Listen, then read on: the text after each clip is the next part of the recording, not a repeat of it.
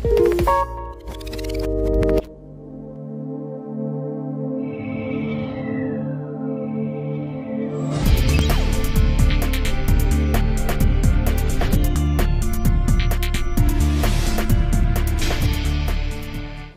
bien bonjour, bienvenue à l'université d'été du MEDEF sur le plateau de MEDEF TV pour cette première de B20, l'émission pour tout savoir, tout comprendre sur le rôle et l'émission du B20. Deux invités avec moi sur ce plateau. Dominique Cerutti, bonjour. Bonjour.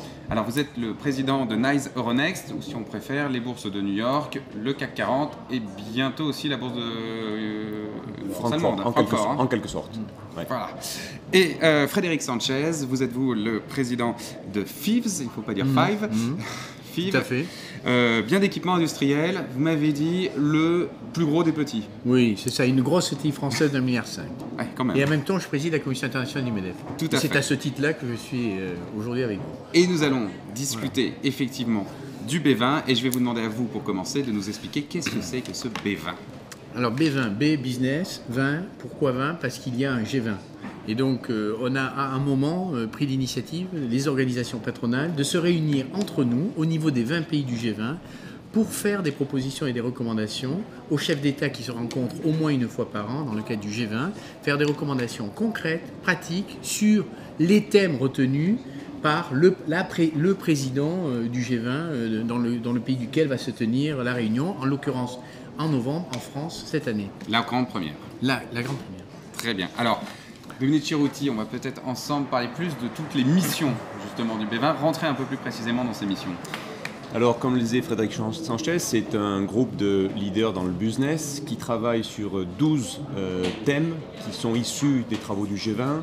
Je ne vais pas les énumérer toutes les 12, mais c'est des thèmes comme la régulation financière, la gouvernance, la lutte anticorruption, le développement, l'énergie, donc des sujets d'importance qui challengent la planète. Et le B20 se voit comme une force de proposition, pas comme un groupe de décideurs qui peuvent nourrir la réflexion et ensuite les décisions du G20. Alors évidemment, quand on regarde le G20, le grand public, on a l'impression que c'est des gens qui se retrouvent à un moment T de l'année et puis que ça ne dure que pendant cette période. Le B20, c'est pas ça. Il y a une réunion, mais il y a un travail en amont. On peut peut-être donner un exemple sur la corruption? Oui, mais avant ça, effectivement, vous avez raison de parler de processus. On s'est perfectionné. Les premiers B20, ça fonctionnait un peu comme vous le disiez. On se réunissait une fois par an en amont de la réunion du G20. Et puis depuis, on a institutionnalisé un mode de travail. Et aujourd'hui, depuis un an, depuis la fin du G20 de Séoul, nous travaillons sur ces sujets, les fameuses thématiques dont va parler M. Cerutti. Et sur ces sujets-là, nous travaillons en coordination avec l'ensemble des patronats, les fédérations, grandes et petites entreprises de ces 20 pays, les fédérations industrielles, les syndicats professionnels, et nous interagissons avec les Sherpas des chefs d'État du G20. Donc, depuis mars, régulièrement, au moins une fois par mois, nous nous rencontrons entre nous d'abord, patronat, et puis avec le directeur du Trésor français, Ramon Fernandez, et ses homologues, on a vu Geithner, etc., en juillet. Donc nous progressons pour ne pas se retrouver à une réunion du G20 à Cannes avec deux réunions parallèles. Ce que nous souhaitons, c'est une interaction forte pour que nos recommandations soient prises en compte le plus possible. Alors du concret, par exemple, la corruption, qu'est-ce que vous avez fait? Alors, sur la corruption, qui est un sujet qui tenait à cœur à la fois au président Nicolas Sarkozy, mais aussi aux Coréens, puisque c'est un sujet qui est parti du G20 de Séoul. Et sur la corruption, on a progressé à deux niveaux. D'une part parce que on a fait admettre aux pays du G20, ou on est en train de faire admettre aux pays du G20, aux B20 du pays du G20, non membres de l'OCDE, qu'au fond, il est de leur intérêt d'adopter des textes luttant contre la corruption. Et on voit d'ailleurs que ce phénomène, de toute façon, est relayé par la société civile, qui ont fait en Inde récemment les débats sur ce sujet.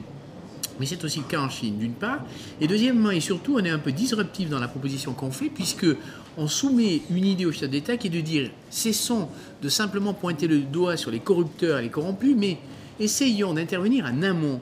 Et en faisant en sorte que lorsqu'il y a sollicitation, avant même qu'un marché soit attribué et qu'un acte de corruption ait été réalisé, eh bien faisons en sorte qu'on puisse saisir une autorité tierce, à vous, chef de l'État, d'imaginer laquelle. Est-ce qu'elle doit être mise en place au niveau de chacun des États ou qu'elle soit mise en place au niveau supranational, mais une autorité tierce qui va alors intervenir dans l'octroi du marché public en veillant à ce que les règles de transparence soient appliquées. Bon, bien paradoxalement, cette mesure qui est à l'initiative d'un groupe de travail français de la fédération du BTP, eh bien, a été reprise à son compte par l'ensemble des organisations patronales mondiales, y compris par les patronats des pays, des nouvelles économies, dont l'Inde et dont la Chine. Et on espère que cette recommandation sera bien prise en compte par les chefs d'État à Cannes. Voilà. Alors ça, on verra à Cannes, effectivement. Quelle influence ou quel regard avez-vous sur les marchés financiers ? Alors, ça, c'est également, comme on le disait, un des thèmes prioritaires du G20 et donc du B20. Et avant de répondre à votre question, si on essaie de simplifier ce qui se passe sur les marchés financiers et qui challenge non seulement les marchés financiers, mais la planète en tant que telle, ou la société et les économies. On va simplifier ça en disant qu'il y a 4 grands phénomènes pervers qu'il faut qu'on arrive à endiguer tous ensemble. Le premier, c'est une opacité galopante, qui est tristement ironique, puisqu'on pourrait penser qu'après la crise de 2008, les marchés seraient devenus plus transparents. Alors qui dit opacité dit un travail très difficile des régulateurs qui ne voient pas ce qui se passe et des risques qui s'accumulent. Le deuxième phénomène, c'est un phénomène de fragmentation de ce qui reste transparent, sous le dogme de la concurrence, mais où on va beaucoup trop loin, et du coup, cette fragmentation rend le rôle des régulateurs et des autorités de tutelle encore plus difficile à côté de l'opacité. Le troisième sujet est un sujet qui fait que, comme l'industrie financière se globalise, les gouvernements et les régulateurs nationaux sont de moins en moins efficaces au plan national, puisqu'il s'agit d'élever la régulation au plan international, au moins européen, si ce n'est global. Et ça, c'est un grand challenge et ça nécessite beaucoup d'efforts. Et le dernier point, qui est un point qui est extrêmement important, c'est de s'assurer que l'éthique, la responsabilité des différents acteurs sur les marchés financiers, ou dit autrement que les marchés financiers reprennent leur rôle qui est de servir l'économie et la société avant de servir les acteurs qui y opèrent, et le mettre dans cet ordre-là, est bien compris de tous. Et là, on a vu dans les crises précédentes, qui ont secoué la planète encore une fois, que les gouvernements finalement et le G20 étaient extrêmement réactifs dans le bon sens du terme et arrivaient à stopper les crises avec des mesures et des situations d'urgence. En revanche, ce qu'il faut faire là maintenant, c'est anticiper avec des mesures au long cours qui évitent qu'on passe de crise en crise parce qu'on secoue la planète de plus en plus violemment. Et c'est là le rôle du B20, que le B20 peut prendre son plein effet avec des propositions et en amenant des leaders de business. Voilà, c'est sur quoi on travaille. Est-ce que le B20 peut avoir un véritable rôle sur l'actualité ou il a plus un rôle de proposition et d'analyse et d'anticipation ? Alors, il peut avoir un commentaire sur l'actualité. On va prendre un exemple pour parler clairement.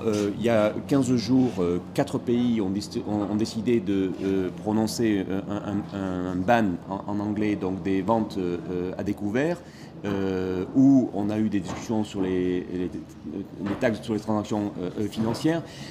Ça, c'est plutôt le rôle des gouvernements et des régulateurs que de prendre des mesures d'urgence, pour celles que je mentionnais sur le short selling ban.